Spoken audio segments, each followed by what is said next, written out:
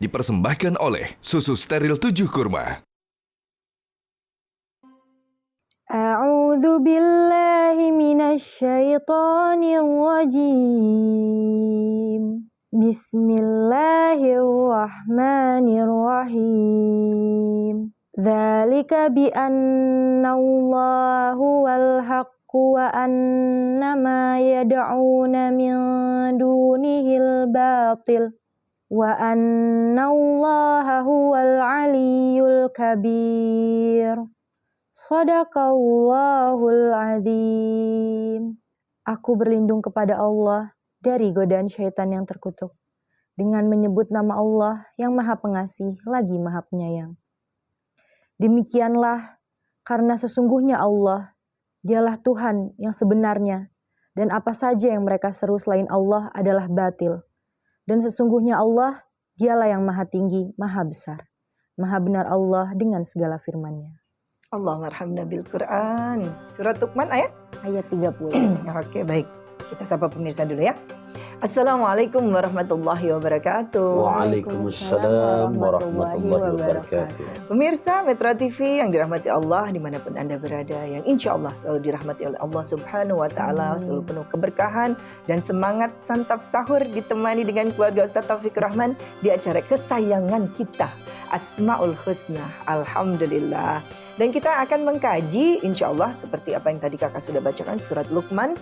Kita kaji Asma Allah Al-Ali, ya, Allah yang Maha Tinggi. Dan kita akan mengambil tema perbaiki ibadah, perbaiki diri. Nah, ya, Bi, apa yang menyebabkan kita ini harus bisa memperbaiki diri, memperbaiki ibadah supaya bukan berarti menyamai tingginya, Maha Tingginya Allah, tetapi derajat kita setidaknya bisa tinggi di hadapan Allah. Pemirsa Metro TV dimanapun Anda berada, semoga senantiasa istiqomah lewat kajian bersama kami Asmaul Husna. Yang kali ini sangat menarik dengan Asma Al-Ali yang Maha Tinggi dan Maha Meninggikan. Gimana tata caranya? Jelas di saat logikanya nih ya, di saat kita patuh dengan aturan-aturan Tuhan kita, pasti Tuhan kita pun akan menghormati kita.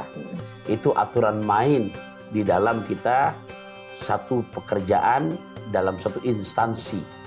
Begitupun di dalam antara makhluk hamba dengan Khalik yang Ali, yang Maha Tinggi. Nah, oleh karenanya Bunda, di dalam Al-Quran Nabi kita Muhammad SAW di saat mengalami tahun duka cita Amul Huzni yang berkepanjangan karena Sayyidatuna Khadijatul Kubra wafat, meninggal dunia. Karena pamanda tercinta Abu Thalib pun wafat, meninggal dunia. Nah, Nabi Allah tinggikan dengan cara peristiwa Isra dan Mi'raj. Nah, Isra Mi'raj ini sebagai obat dari duka citanya Rasulullah, yang dimana kalau melihat daripada peristiwa yang sangat spektakuler ini, perjalanan yang luar biasa, dan akhirnya Nabi mendapatkan mandat pulang dari Mi'raj sholat 5 waktu. Ikhwafillah, filosofi dari Isra Mi'raj kita bisa lihat. Pertama, di dalam Quran surat ke-17 juz ke-15 ayat pertama, Allah meninggikan hambanya, dan Allah nggak main-main dengan cerita yang di luar logika. Tapi kalau yang menalar pakai iman pasti akan menerima. Dari Mekah ke Palestina jarak tempuh 8.000 km. Kemudian Mi'raj, langit pertama, kedua, ketiga, sampai ke-7. Dan sebelum selesai waktu malam, sudah sampai lagi ke langit dunia. Jadi cepatnya, kalau ini bangku yang kami duduki, lantas kami duduk. Nah, ya, membel, ambles, diangkat tangan saya dari proses ambles kembali ke normal sangat cepat. Lebih cepatan Isra Mi'raj Nabi ketimbang ini. Itu.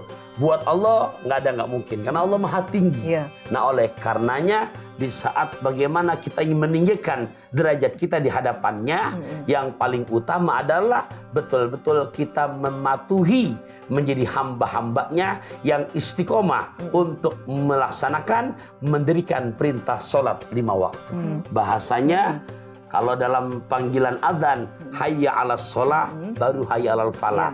Sholat baru falah, sholat baru falah. Perbaiki jadwal sholat kamu, pasti Allah pun akan memperbaiki jadwal kehidupan kamu. Wow, dahsyat ya. Perbaiki sholat kita, Ya. maka semuanya akan baik. Ya. Karena yang pertama dihisab adalah sholat juga ya, Bi ya? Betul sekali. Sebelum amal ibadah haji kita, sebelum amal ibadah umroh kita, sebelum amal ibadah puasa kita, awwalu ma yuhasabu bil abdu, yang paling duluan dihisab, yang paling duluan dihitung adalah amal ibadah sholat 5 waktu kita. Nah ini kan kalau sholat 5 waktu mungkin kita semua insya Allah kita husnuzon ya, kita sudah melaksanakannya sholat 5 waktu. Dan janji kita di dalam sholat, inna sholati wa nusuki wa mahyaya wa mamati lillahi rabbil alamin. Tapi banyak sekali yang menjalankan sholat itu tadi Bi, belum betul-betul mendirikan sholat. Jadi hanya ritual, sebagai macam ritual gitu ya. Jadi sholat 5 waktu itu buru-buru, apalagi kalau lagi sibuk kerja, sibuk dan sebagainya. Bahkan kadang-kadang sudah last minute. Untuk supaya menambal yang wajib itu kita tadi banyak yang lalai. Bagaimana, Bi? Ya, oleh karenanya di saat Abdullah ibnu Mas'ud bertanya, lihat jawaban Nabi, ayyul amali ahabbu ilallah. Amal ibadah apa yang paling Allah cintai? Dan jawaban Nabi, lihat bahasanya, as-sholatu ala waktiha. Sholat selalu dilaksanakan di awal waktu. Awal waktu ya, Ya. bukan tepat waktu. Bukan. Perbedaannya. Ya, kalau tepat waktu zuhur jam 12, Ya. kita sholat jam 3 kurang seperempat, masih tepat waktu. Karena masih di dalam waktu sholat itu ya. Ya, tapi kalau di awal waktu terkumandang adzan zuhur, sudah siap melaksanakannya. Nah, Masya Allah. Nah itu rintangannya luar biasa ya. Dengan kesibukan duniawi kita, kadang-kadang itu kita lalai. Jangan kemana-mana, kita akan lebih ulik lagi dalam Asma Allah Al-Alim sesaat lagi. Tetap di Asmaul Husna.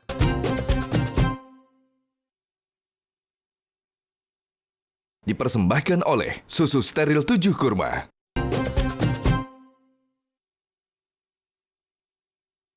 Dipersembahkan oleh Susu Steril 7 Kurma.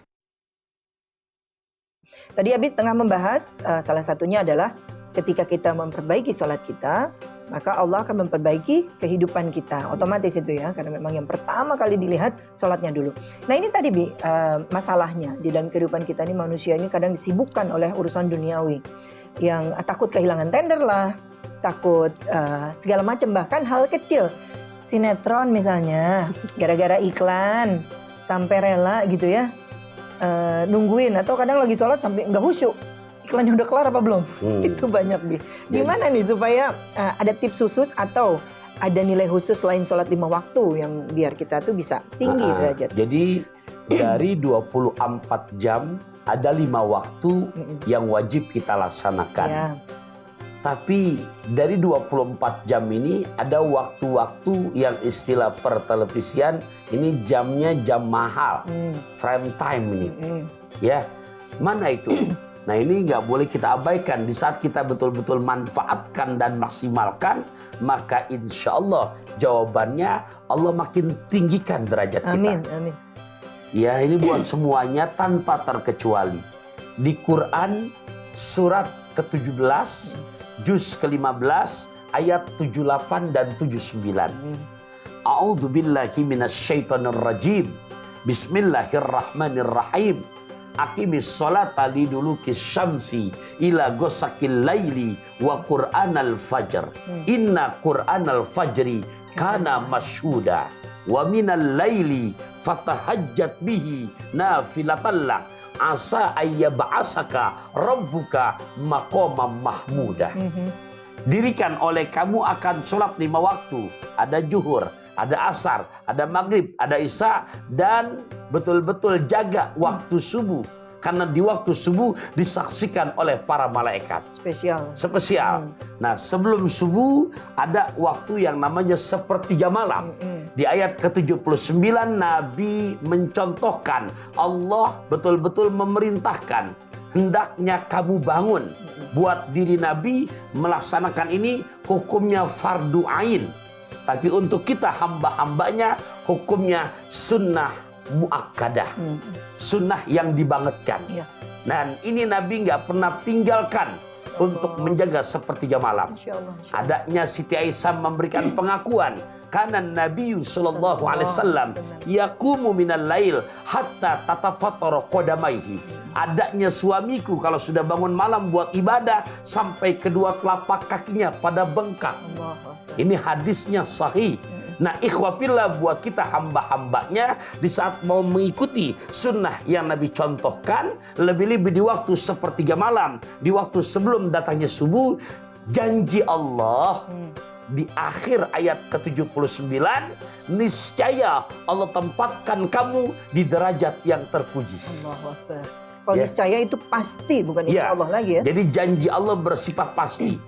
Bahkan Syekh Az-Zurnuji dalam kitab Ta'lim Al-Muta'allimnya sampai memberikan garansi, jangankan untuk urusan-urusan yang lain.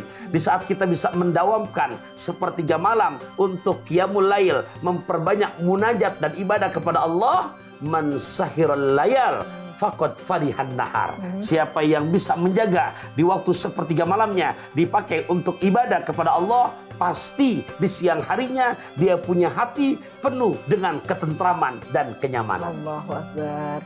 Yaitu kembali lagi, sholatnya benar. Dari cara wudhunya dulu ya. Cara wudhunya benar. Terus ketika takbiratul ihram, hati sudah pada Allah. Apa yang kita baca kita mengerti, faham artinya ya. Jadi betul-betul bukan buru-buru. Kita nggak tahu apa yang kita baca. Kita nggak tahu apa yang arti dari apa yang kita baca itu. Padahal sholat itu isinya semuanya doa kan ya. Betul sekali. Nah, terus Bi, masalahnya untuk mencapai istiqomah itu kan berat Bi. Ya, kadang-kadang masih ada bolong-bolongnya. Misalnya manusia itu ada lelahnya, ada capeknya. Ya, kesiangan, nggak jadi qiyamul lail, sholat subuh aja kesiangan. Bisa nggak sih kita tambah dengan hal-hal yang lain? Contoh misalnya kita memuliakan kedua orang tua kita, memuliakan guru-guru kita, memuliakan anak-anak yatim. Bisa nggak sih Bi nambah hal-hal yang bolong-bolong kayak gitu? Betul. Jadi tadi secara vertikal hubungan kita kepada Allah. Sekarang kita melihat secara horizontal. Untuk dampaknya akan berefek kepada Allah tinggikan derajat kita. Jelas yang berikutnya di samping ibadah hanya kepada Allah, dengan kita memuliakan hamba Allah. Siapa hamba itu? Ya jelas adalah setelah Rasulullah, yaitu birrul walidain, orang tua kita. Sahabat sampai bertanya sama Kanjeng Rasul, man ahkun nas bihusni sahabati. Siapa manusia yang paling duluan aku mesti mengabdi ya Rasul? Nabi jawab, ummuka. Qala summaman. Siapa lagi? Ummuka. Qala summaman. Siapa lagi? Ummuka. Ibumu. Ibumu. Ibumu. Qala summaman. Siapa lagi? Baru Nabi jawab, abuka, bapak. Allahu Akbar. Mulianya seorang ibu ya. Ya, jadi di saat kita masih mempunyai keramat hidup, ayah, ibunda kita, tolong jangan kita abaikan. Nabi sampai menyinggung rogima anfu, rogima anfu, rogima anfu. Celaka kata Nabi, celaka kata Nabi. Nah, sahabat tanya, man ya Rasulullah? Siapa ya Rasulullah yang celaka? Nabi jawab, orang yang masih mempunyai kedua orang tua atau salah satu dari keduanya, tapi mohon maaf dia nggak buat senang orang tuanya. Mohon maaf, inilah kata Nabi, falam yadkhulil jannata, nggak bakalan bisa masuk surganya Allah. Wah, tetap harus seimbang berarti Kak ya, antara ke Allah horizontal dan vertikal. Hablum minallah, hablum minannas. Ya, masih banyak nih, masih panjang kajian kita. Tapi ada yang mau lewat dulu, jangan kemana-mana. Tetaplah bersama kami di Asmaul Husna.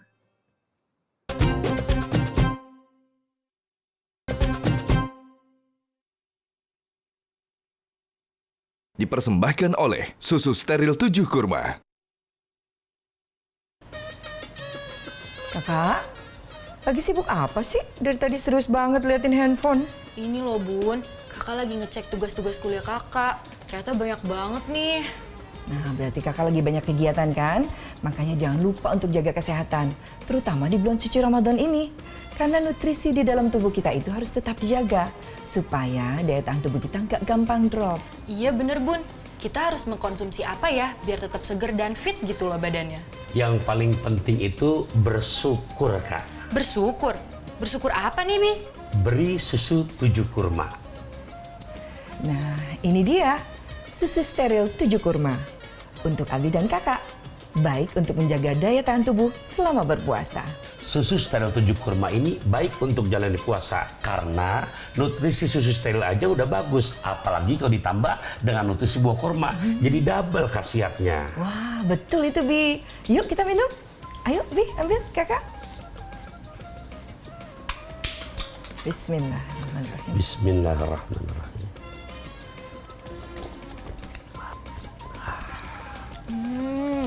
Rasa kurmanya enak banget ya. Jadi nggak hambar dan nggak bikin enek loh. Kalau kayak gini, kakak mau deh minum susu steril 7 kurma setiap sahur. Jangan cuma saat sahur, Kak. Susu steril 7 kurma baik juga untuk berbuka loh. Ingat, buah kurma ini buah kesukaan Nabi kita Muhammad SAW. Dan memang sudah disunahkan dalam berbuka puasa dianjurkan untuk memakan buah kurma dengan bilangan yang ganjil.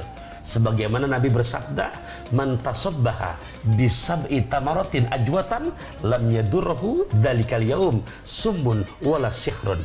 Muttafaqun alaih. Yang artinya, siapa orang yang di pagi hari memakan 7 butir buah kurma ajwa, niscaya pada hari itu selamat ia dari racun dan sihir. Jadi pas banget nih, susu steril 7 kurma baik diminum saat berbuka. Betul itu, Bi. Nah, jadi ingat ya, 1 kaleng susu steril 7 kurma baik untuk sahur dan berbuka. Susu steril 7 kurma, double khasiat, baik untuk jalani puasa. Alhamdulillah wa syukurillah, pemirsa yang dirahmati Allah yang masih sedang menikmati santap sahur ditemani dengan kita keluarga Ustaz Taufik Rahman di acara Asmaul Husna, dan kita tengah membahas Al-Ali. Al-Ali, Allah yang Maha Tinggi. Perbaiki ibadah, perbaiki diri. Bi, Bun, ada yang mau nanya lagi, Bi? Alhamdulillah. Kita dengerin dulu ya. Ayo. Kita dengerin dulu.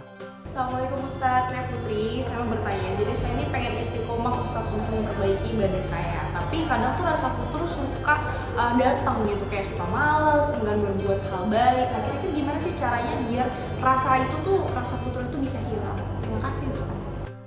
Wah, pertanyaannya tentang kita mau nih, Bi, memperbaiki sholat, memperbaiki ibadah.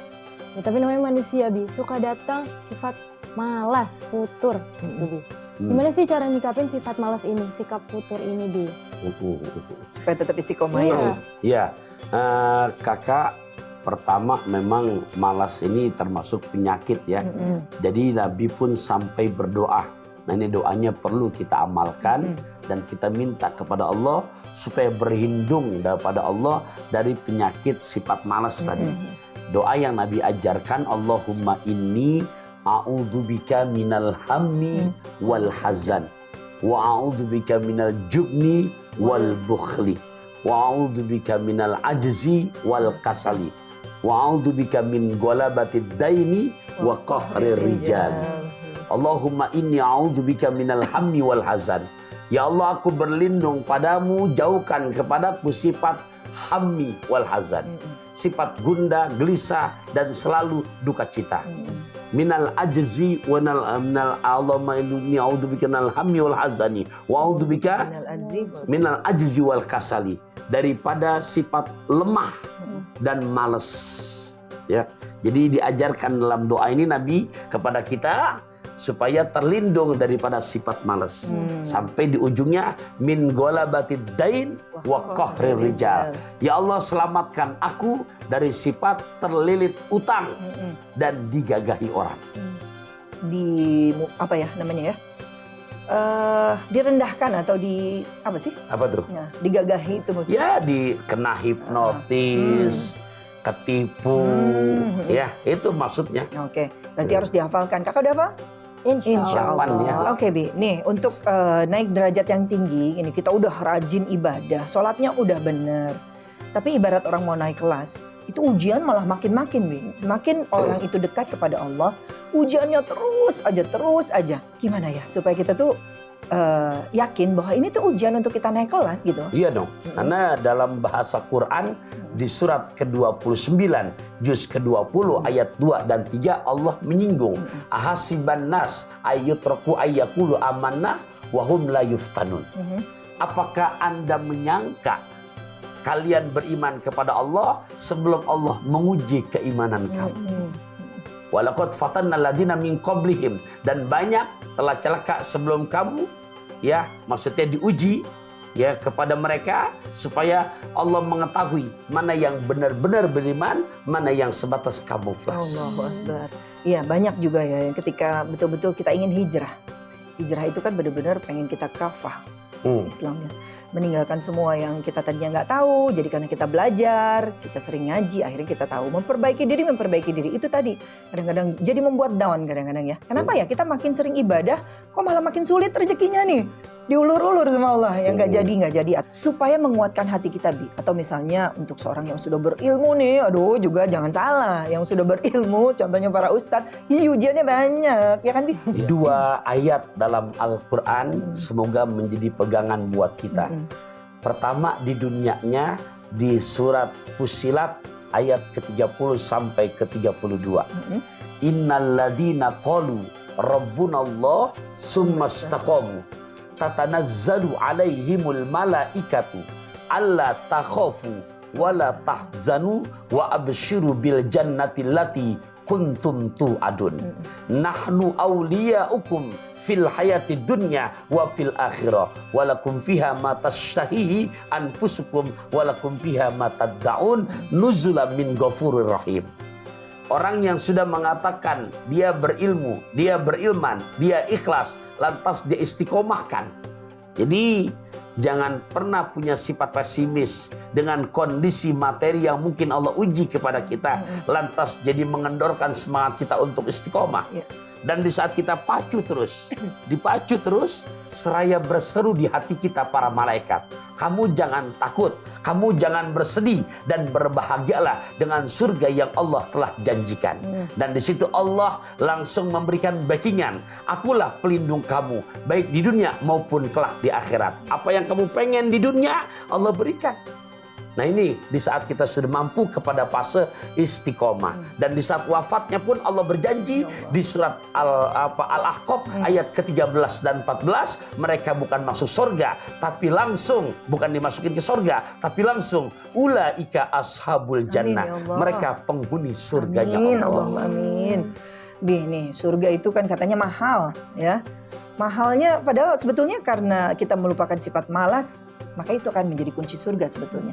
Kasih kesimpulan nih Bi di tema kita hari ini untuk lebih menguatkan kita lagi supaya tidak malas dalam hal ibadah. Ya, jadi ikhwa fillah rahimakumullah, seperti makna al-ali yang akan Allah maha tinggi dan meninggikan.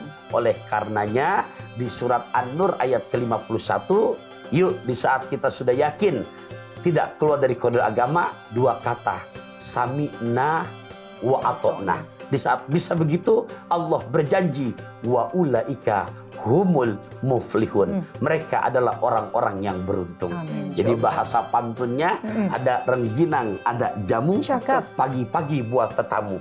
Kau bikin senang hati orang tua kamu, pasti Allah bikin tinggi derajat kamu. Amin. Masya Allah, dalam kajian ini Bi kita bisa mengambil hikmah ya Kak ya. Makin tinggi derajat seseorang, jangan lupa Allah pasti akan mengujinya. Makin berat lagi ujiannya. Tapi juga bukan berarti Allah tidak sayang. Justru Allah makin ingin cinta kepada hambanya itu yang kembali kepada Allah supaya menguatkan iman. Karena balasannya tadi, Masya Allah, surga. Bukan lagi masuk surga, tapi penghuni surga. Aduh, pengen banget kita ya.